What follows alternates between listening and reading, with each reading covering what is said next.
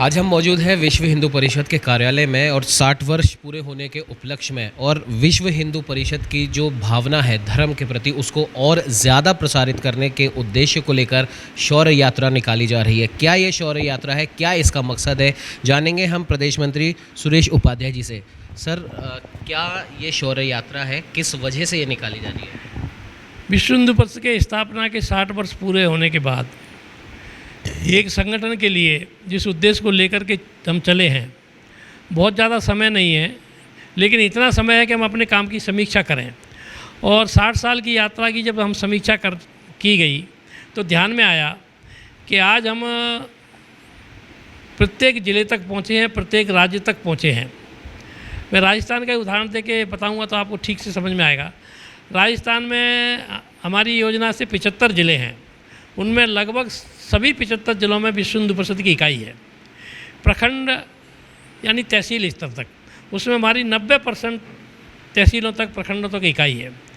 खंड बोलेंगे तो 20,000 की आबादी वाला क्षेत्र, वहाँ पर भी हमारी 50% आबादी के क्षेत्र में हमारा काम है। लेकिन पूरे राजस्थान में 36,000 गाँव में से हम सिर्फ 2,500 गाँव तक पहुँचे हैं, तो हमें लगता है कि हम तो बहुत पीछे हैं अभी। तो ये पूरे देश भर की स्थिति है और हिंदू समाज बड़ी संख्या में आज भी गाँव में रहता है। तो अपने काम को और विस्तार देने के लिए और जिस तरह हिंदू समाज पर पिछले 1000 वर्ष से इस संस्कृति को नष्ट करने के लिए विधर्मी लोग जो आक्रमण करते आ रहे हैं, अहिंदू के नाम पे इस्लाम और ईसाईयत, धर्मनिरपेक्ष के नाम से हमारे हिंदू समाज का वह अंग हमारा जो हिंदू विरोधी है। फिर सत्ता के लालची लोग वाम से मीम भीम जातियों को बांट करके, आदिवासियों को अलग करके, दलितों को उनके साथ जो हिंदू समाज द्वारा जो सबसे बड़ी कमजोरी थी अस्पृश्यता, उसको उखाड़ करके, बरगला करके, उनके खिलाफ घृणा फैला करके हिंदू समाज को बांटने का जो काम कर रहे हैं, इन सारे मोर्चों पर विश्व हिंदू परिषद काम कर रहा है।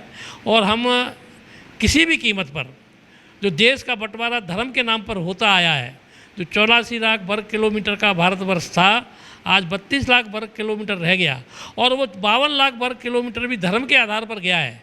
आज की पीढ़ी में जो लोग हैं उन सबको ध्यान में है 47 का बंटवारा किसी समस्या के कारण से नहीं हुआ था, धर्म के कारण से हुआ था। और आज भी जहाँ पर हिंदू कमज़ोर है, कम है, वह भाग भारतवर्ष में रहने का इच्छुक नहीं है। अलग उनको सत्ता चाहिए, अलग नियम कायदे कानून चाहिए, अलग उपासना पद्धति चाहिए, हिंदू संस्कृति उनको वहाँ नहीं चाहिए। ये पूरे देश भर में दृश्य दिखाई देता है। आज भी स्थितियाँ वैसी हैं जैसी विश्व हिंदू परिषद की स्थापना के समय हुई थी, आज और बढ़ी हैं, क्योंकि सारी शक्तियाँ मिलकर के हिंदुत्व के खिलाफ काम कर रही हैं। ये सोच करके विश्व हिंदू परिषद ने अपने काम को गति देने के लिए, विस्तार देने के लिए कई कार्यक्रम तय किए हैं। उनमें से एक ये शौर्य जागरण यात्रा पूरे देश भर में 15 सितंबर से 15 अक्टूबर तक निकाली जाएगी। प्रत्येक राज्य के प्रत्येक ज़िले में, प्रत्येक प्रखंड गांव तक ये यात्रा जाएगी। राजस्थान में दिसंबर में संभावित चुनाव होने के आचार संहिता लगने की संभावना होने के कारण से राजस्थान की यात्रा 15 सितंबर से 25 सितंबर तक रहेगी। 12 यात्रा राजस्थान में निकलेंगी जो प्रत्येक ज़िले तक, प्रखंड तक और लगभग हम 10,000 गांव तक पहुँचें, ऐसा हमारा लक्ष्य लेकर के चल रहे हैं। सुरेश जी, ये तो रही यात्रा की बात। कुछ अगर हम राजनीति की हम बात करें तो अभी हाल ही में स्टालिन के बेटे ने सनातन संस्कृति के खिलाफ, सनातन पद्धति के खिलाफ या सनातन के बारे में कुछ ऐसी टिप्पणी करी है जिसका विरोध लगभग हर सनातनी कर रहा है, उस बारे में क्या कहना चाहेंगे? देखिए, विश्व हिंदू परिषद स्टालिन जैसे लोगों का विरोध कई सालों से देखते आ रहे हैं। चेहरे बदल जाते हैं, व्यक्ति बदल जाते हैं, भाव वही रहता है। इनके पीछे ये चेहरे होते हैं, कहलाने वाले, करवाने वाले कुछ लोग और होते हैं। और जो स्टालिन है वह तो ईसाई है और ईसाई होने के कारण से वो विरोध करेगा और चर्च के इशारे पर करेगा। मैं आपको एक उसका फ़ोटो दिखाता हूँ। ये स्टालिन है, उदय स्टालिन है, जो एक पादरी के सामने घुटने टेक करके नीचे बैठा हुआ है। अगर ये कहता है मैं धर्म को नहीं मानता हूँ, तो ईसाई धर्म के प्रति नतमस्तक होकर क्यों बैठा हुआ है? तो ऐसे लोग हमारे सामने चेहरे बदल के आते रहते हैं। सत्ता के कुछ लालची हैं, कुछ लोग कहते रहते हैं। हमारे लिए बहुत ज़्यादा कोई चिंता का विषय नहीं है। ये ऐसे लोग हम वर्षों से देखते आ रहे हैं और बहुत ज़्यादा चिंता का विषय नहीं है। लेकिन आज सौभाग्य हमारा कि आज हिंदू जागृत हो गया है, इस तरह के किसी प्रपंच में फंसने वाला नहीं है ना, वो मानता है। और हम तो कहते हैं हमारा काम कर रहे हैं, इनकी इस तरह की टिप्पणियों से हिंदू समाज और मजबूत होता है, ऐसा हमारा मानना है। मणिपुर हिंसा पर क्या कहना चाहेंगे? मणिपुर की जो हिस्सा है वह कुकी ईसाई है, वो 40% है, और वहाँ के जो स्थानीय जनजाति के लोग हैं उनके बीच का संघर्ष है। पहाड़ी एरिया जहाँ उपजा हुआ है, जहाँ चाय बागान वगैरह हैं, वो सब कुकी के पास है। पिछले कई सालों से वहाँ की जो स्थानीय मैतेई जाति है वो आरक्षण की मांग कर रहे थे कि हमको आरक्षण दिया जाए, और वो आरक्षण का फैसला हाई कोर्ट के आदेश पर हो गया था, उसका इम्प्लीमेंट सरकार ने किया। उस आरक्षण के विरोध के नाम पर वो हिंसा वहाँ पर हुई। उस हिंसा में चर्च की सक्रिय भूमिका है, कुछ अपने नेताओं की भी सक्रिय भूमिका उसमें ध्यान में आई है।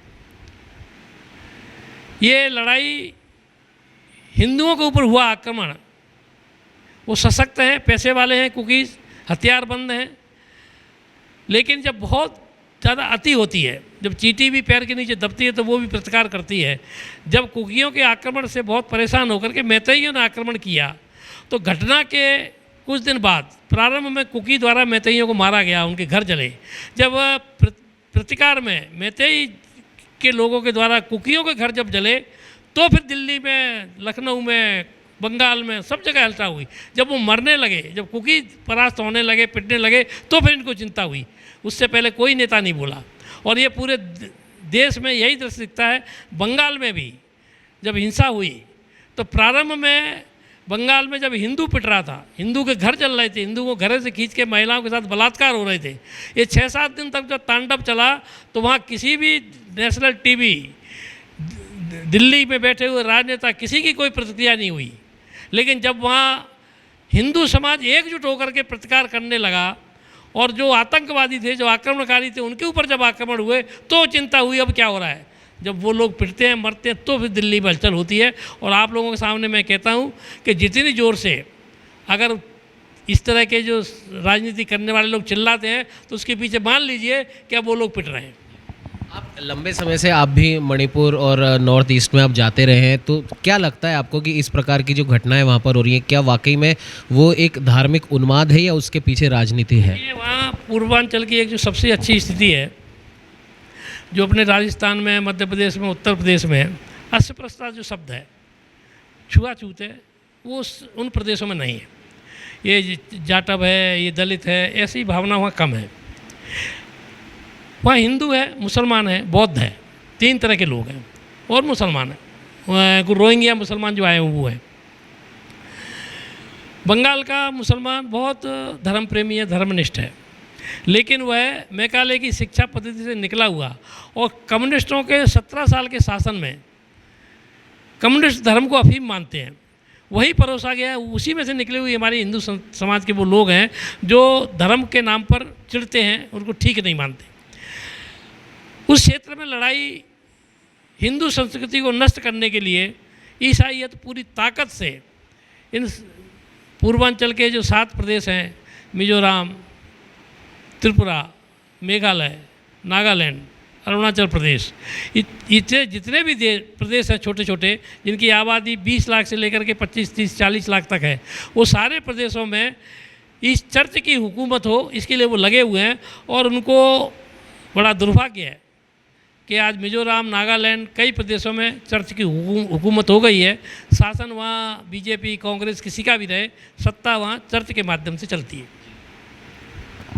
तो ये थे हमारे साथ सुरेश उपाध्याय जी। इनका साफ तौर पर कहना है, पहले तो शौर्य यात्रा जो निकाली जा रही है वो भारतीय सनातन संस्कृति को और ज़्यादा प्रसारित करने के उद्देश्य से निकाली जा रही है। और दूसरी सबसे बड़ी बात, मणिपुर हिंसा हो या स्टालिन द्वारा सनातन संस्कृति के ऊपर किया गया प्रहार हो, हर मुद्दे पर बेबाकी से सुरेश जी ने अपनी राय रखी। और इनका साफ तौर पर कहना है कि अब हिंदू धीरे धीरे जाग रहा है और अब वो अपने ऊपर होने वाले किसी भी जुल्म अत्याचार को नहीं सहेगा। सहयोगी कैमरामैन अजय के साथ उमंग माथुर, नवतेज टीवी, जयपुर।